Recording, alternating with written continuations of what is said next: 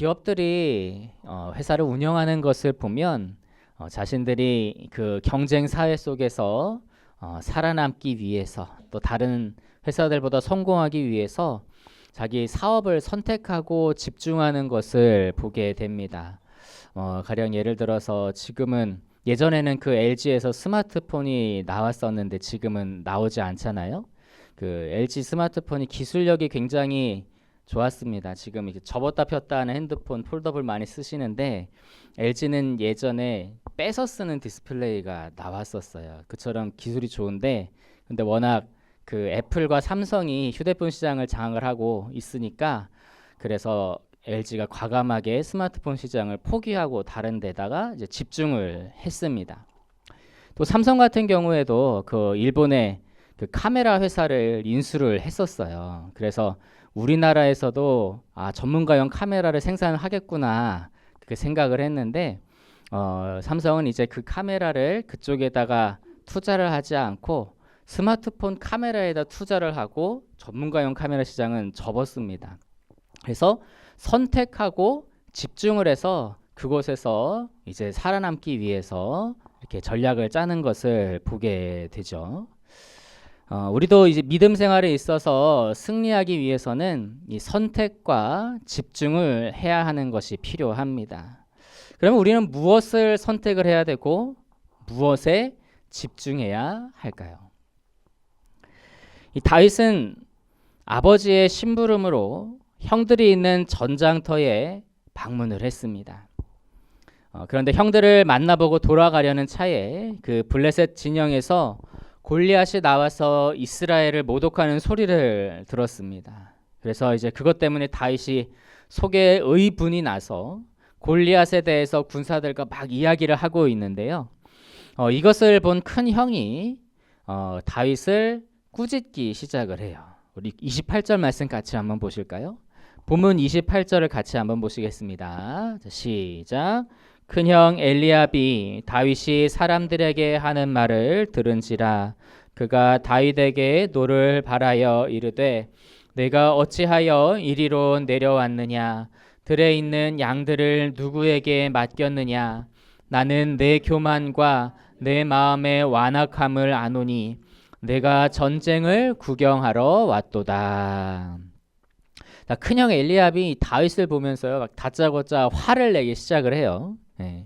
아마 우리식으로 이야기하면 이런 식일 것 같아요. 지금 어디 무슨 구경거리 났냐고, 빨리 집에 돌아가지 않고 뭐 하냐고 이제 그런 식으로 얘기를 했을 거예요. 아무래도 엘리압이 그 장자잖아요. 큰 형이다 보니까 이 철없는 막내 동생이 막 어디 전장을 쑤시고 막 돌아다니면서 이것저것 어리석은 행동들을 하면서 폐를 끼칠까봐 소속된 말로 이제 집 부끄러운 일을 할까봐 그래서 예민하게 반응했을지도 모릅니다. 지금도 사실 이제 실제로 뭐 형제간에 남매간에 자매간에 그런 일들이 있죠. 이제 맏이는 부모의 입장에 서서 동생이 좀 경우 없는 행동을 할까봐 막 단속을 하고 동생은 그런 맏이에게 막 대들고 뭐 화내고 짜증내고 그러는 일들이 뭐 현실적인 그런 형제간의 모습 중에 많이 나타나는 것 같아요. 자, 그런데 오늘 다윗은 이 여타 일반적인 그런 형제간의 모습같이 맏형 엘리압에게 대들고 있을까요? 우리 29절과 30절 같이 한번 보시겠습니다. 자, 29절과 30절입니다. 시작. 다윗이 이르되 내가 무엇을 하였나이까 어찌 이유가 없으리까 하고 돌아서서 다른 사람을 향하여 전과 같이 말하매 백성이 전과 같이 대답하니라. 자, 다윗은 그 자신을 나무라는 큰형한테 간결하게 대답을 합니다. 내가 아무런 이유 없이 이러고 있겠어요? 그렇게 말하고는 형에게서 어떻게 해요? 돌아서서 다시 군사들과 이야기를 나누죠. 지금 다윗은 형과의 감정 싸움에 힘을 쓰지 않고 있습니다. 이때 다윗이 형에게 막 대들고 현실 그런 형제가 형에게 막 대들고 사람들 앞에서 막 싸우고 그랬으면 얼마나 집안 망신이겠어요. 그리고 근데 그것을 또 떠나서라도 쓸모없는 일에 힘을 낭비하는 그러한 일이 되었겠죠. 그런데 이제 다윗은 큰 형과의 의미 없는 감정 소모에 전혀 힘을 쓰지 않고 있습니다. 거기에는 관심이 없어요. 그럼 왜 다윗은 무엇을 위해서 지금 힘을 아낍니까? 뭐 집안 망신되는 거 참으려고 그럴까요? 그런 것이 아닙니다. 다윗은요, 이미 마음속에 지금 싸울 대상을 정했습니다. 우리 32절 같이 한번 보시겠습니다. 32절입니다. 시작. 다윗이 사울에게 말하되 그로 말미암아 사람이 낙담하지 말 것이라. 주의 종이 가서 저 블레셋 사람과 싸우리이다 하니. 다윗이 그 마음에 정한 싸움 상대가 누구예요? 골리앗입니다. 다윗은 이 골리앗을 본 순간 감히 하나님의 군대인 그 이스라엘 군대를 모욕하고, 그리고 자기가 좀 덩치가 크다고 천방지축 날뛰는 그 골리앗과 자기가 싸워야겠다라고 이미 마음에 굳게 마음을 먹고 있었던 거예요. 그래서 큰 형이 자기를 보고 뭐라고 한들 그것에 막 대응하거나 그것으로 말미암아 힘을 낭비하지 않았던 거죠. 다윗은 싸워야 할 대상인지 누구인지를 정확하게 알고 그것을 이제 선택하고 거기에 집중할 수 있는 그런 사람이었던 겁니다. 여러분, 우리는 싸워야 할 대상이 누구인지 여러분 알고 계십니까? 아마 다들 알고 계시리라고 믿어요. 그리고 또 알고 있다고 대답하실 거고요. 그럼 우리가 싸워야 할 대상이 누굽니까? 바로 악한 영, 마귀, 사탄입니다. 우리 에베소서 6장 12절을 같이 한번 찾아보실까요? 자, 우리 에베소서 6장 12절 말씀을 우리 함께 읽어보시겠습니다. 시작. 우리의 씨름은 혈과 육을 상대하는 것이 아니요 통치자들과 권세들과 이 어둠의 세상 주관자들과 하늘에 있는 악의 영들을 상대함이라. 이 바울의 말씀대로 우리가 싸우고 대적해야 할 것은 악한 영들이에요. 문제는 우리 앞에 있는 사람에게 있고 상황과 현실에 있는 것 같지만 그 문제를 일으키고 있는 것은 문제 배후에 있는 그 악한 영이다라고 하는 거예요. 그런데 우리는 눈앞에 있는 그 문제에 우리의 모든 시선을 다 빼앗겨서 그 문제만을 바라보곤 합니다. 그 문제의 중심에 있는 사람이 원흉이라고 생각하고 그 사람만 사라지면 문제가 해결될 것이라고 생각하고 그 사람과 싸우곤 하죠. 그 사람을 미워하고 적대합니다. 하지만 아무리 그 문제를 일으킨 것이 실질적으로 겉으로 보기에 그 사람이라고 할지라도 그 이면에서 악한 영이 그 사람을 그리고 또 우리를 충동함으로 말미암아 이런 문제들이 일어나고 있다라고 하는 거예요. 그러니 우리는 싸울 대상을 잘 선택해야 합니다. 우리는 누구와 싸워야 합니까? 사람이 아닌 그 이면에서 그와 우리 사이에 문제를 일으키는 악한 마귀 사탄인 것입니다.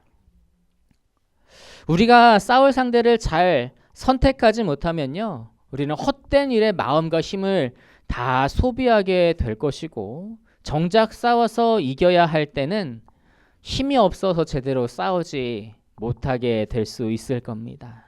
그러니 여러분, 우리가 싸울 상대를 지혜롭게 잘 선택하고 또 그리고 잘 집중하여서 이 영적인 전투에서 승리할 수 있는 저 여러분이 될 수 있기를 간절히 소망합니다. 다윗은 자기가 싸울 대상을 골리앗으로 선택을 했습니다. 그리고 그 싸움에만 집중하는 모습을 보여주고 있어요. 이것이 그 큰 형과의 그 신경전뿐만이 아니고요, 다른 것에는 일절 신경을 다 안 쓰고 있는 것을 볼 수가 있습니다. 자, 우리 본문 앞에 26절 같이 한번 보실까요? 자, 26절입니다. 본문 앞에 26절 같이 읽겠습니다. 시작. 다윗이 곁에 서 있는 사람들에게 말하여 이르되 이 블레셋 사람을 죽여 이스라엘의 치욕을 제거하는 사람에게는 어떠한 대우를 하겠느냐. 이 할례받지 않은 블레셋 사람이 누구이기에 살아계시는 하나님의 군대를 모욕하겠느냐. 지난주 우리가 읽은 이 말씀을 보면 다윗이 골리앗을 죽이는 사람에게 주어지는 그 포상에 관심이 있는 것 같아 보이지만 사실 원문적으로는 그러지 않았다고 말씀을 드렸었어요.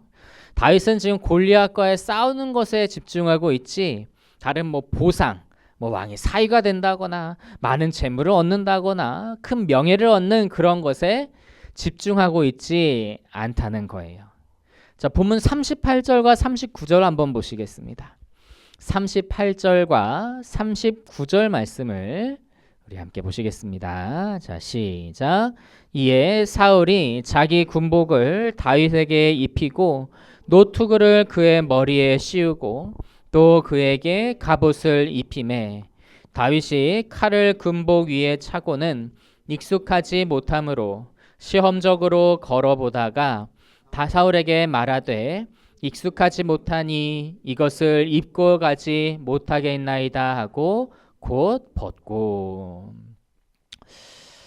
다윗이 골리앗에게 분노하고 있다는 소식을 사울이 듣고는 다윗을 불러옵니다. 그런데 실제로 보니까 다윗이 어린 소년이에요. 사울은 내심 속으로 골리앗과 싸움을 좀 시켜볼까 했는데 안 되겠구나 그렇게 생각했을지도 모르겠습니다. 자, 그런데 오히려 다윗이 지금 골리앗과 싸우겠다고 막 고집을 하고 있죠. 그래서 이제 사울은 저 사람은 안 그래도 키가 크고 싸움에도 도 같은 그런 장군이고 너는 어린 소년인데 어떻게 싸우냐 그렇게 설득을 해도 다윗은 막무가내예요. 하나님께서 자신을 도우실 것이니 괜찮다고 그렇게 이야기를 합니다. 자, 지금 다른 모든 병사들은 골리앗과 싸우기 싫어서 무서워서 다 피하고 있는데 지금 오히려 어린 소년 다윗이 골리앗과 싸우겠다고 나서고 있어요. 그래서 이 사울이 다윗이 어리지만 그 담대함과 용기를 이제 존경하는 그러한 표시로 자기 갑옷을 입혀줍니다. 자, 그런데 이처럼 이제 왕이 자기 갑옷을 벗어서 입혀주는 거는 이 사람에게는 굉장히 큰 명예예요. 그래서 이 갑옷이 맞지 않더라도 이제 왕에게 감사하는 마음으로 입고 나와서 그 다음에 자기가 잘 맞는 옷으로 갈아입거나 하는 것이 상식적이고 일반적인 일일 겁니다. 그런데 지금 다윗이 어떻게 하고 있죠? 일단 사울의 갑옷을 입어봤어요. 맞습니까? 안 맞습니까? 안 맞죠. 사울은 안 그래도 그 백성 중에서 머리 하나 이상 크다고 한 체격이 좋은 사람이고 다윗은 어린 소년이니까요. 자, 그래서 이제 그렇게 몸에는 맞지 않아도 명예로운 것이니까 그냥 갑옷을 입고 돌아서서 나와도 되는데 다윗은 그 자리에서 이 갑옷은 제게 맞지 않으니 못 입겠습니다 라고 그렇게 이야기를 해요. 그러면 이 갑옷을 내준 왕이 좀 민망하지 않겠어요? 뻔히 아는데 그거 입고 싸우라고 줬겠어요? 네, 자기의 그런 마음을 표현하면서 준 거잖아요. 이제 그것을 거절을 하니까 왕 입장에서는 그 마음이 좀 민망했을 거예요. 좀 분위기가 아주 묘한 상황이 생길 수도 있었을 거예요. 조금만 상식이 있으면 그렇게 대하지 않았을 겁니다. 그런데 다윗은 상식 밖의 일을 하고 있어요. 왜 그럴까요? 다윗이 명예에 전혀 관심이 없었다는 거예요. 그가 명예에 집착을 하지 않았기 때문에 그런 거예요. 오직 다윗의 관심은요, 하나님의 명예를 더럽히고 있는 그 골리앗과 싸울 생각만 가득했기 때문에 왕이 자기를 명예롭게 하는 그런 거는 전혀 필요가 없어요. 그런 불필요한 것에 관심을 두지 않았다라고 하는 것을 알 수가 있습니다. 여러분, 그 악한 마귀 사탄과 싸우는 영적인 전투에서 우리는 그 싸움에 집중할 수 있어야 합니다. 뭐 세상의 그런 부귀영화, 뭐 명예 이런 것들에 집착을 하게 되면 우리는 제대로 싸움에 집중하여서 승리할 수가 없을 겁니다. 이 세상의 그런 뭐 명예나 부귀영화 그런 것들 물론 하나님께서 우리에게 주시는 그러한 복이기도 하지만 때로는 그것이 우리를 미혹하는 마귀의 도구가 되기도 하기 때문에 그래요. 그리고 우리는 그 세상의 부귀영화, 명예 그러한 것들을 바라거나 그것에 집착하는 그러한 마음을 버려야 할 것입니다. 오직 우리의 마음을 하나님께 두고 우리 마음의 중심을 하나님 나라에 두고 그것에만 집중한다면 우리는 세상의 것에 휘둘리지 않을 수 있고 참 승리를 거둘 수 있게 될 줄로 믿습니다. 여러분, 우리가 오늘 본문의 다윗을 보면서 그가 싸움에 있어서 선택하고 집중하는 그러한 모습을 보았습니다. 우리는 다윗의 그러한 모습을 본받아서 우리가 싸울 그 악한 마귀사단을 정확하게 선택하여 집중하여 싸울 수 있는 우리가 되어야 할 겁니다. 그리고 싸울 때에 우리가 세상의 것에 우리가 마음이 팔려서 그것에 집중하는 것이 아니라 오직 하나님께 집중하면서 싸울 때에 우리가 그 영적인 전투에 승리할 수 있을 줄로 믿습니다. 그래서 우리 앞에 있는 그 영적 전투 우리가 정확히 선택하고 정확히 집중하여서 다윗과 같이 승리할 수 있는 저 여러분 다 되실 수 있기를 주님의 이름으로 축복합니다.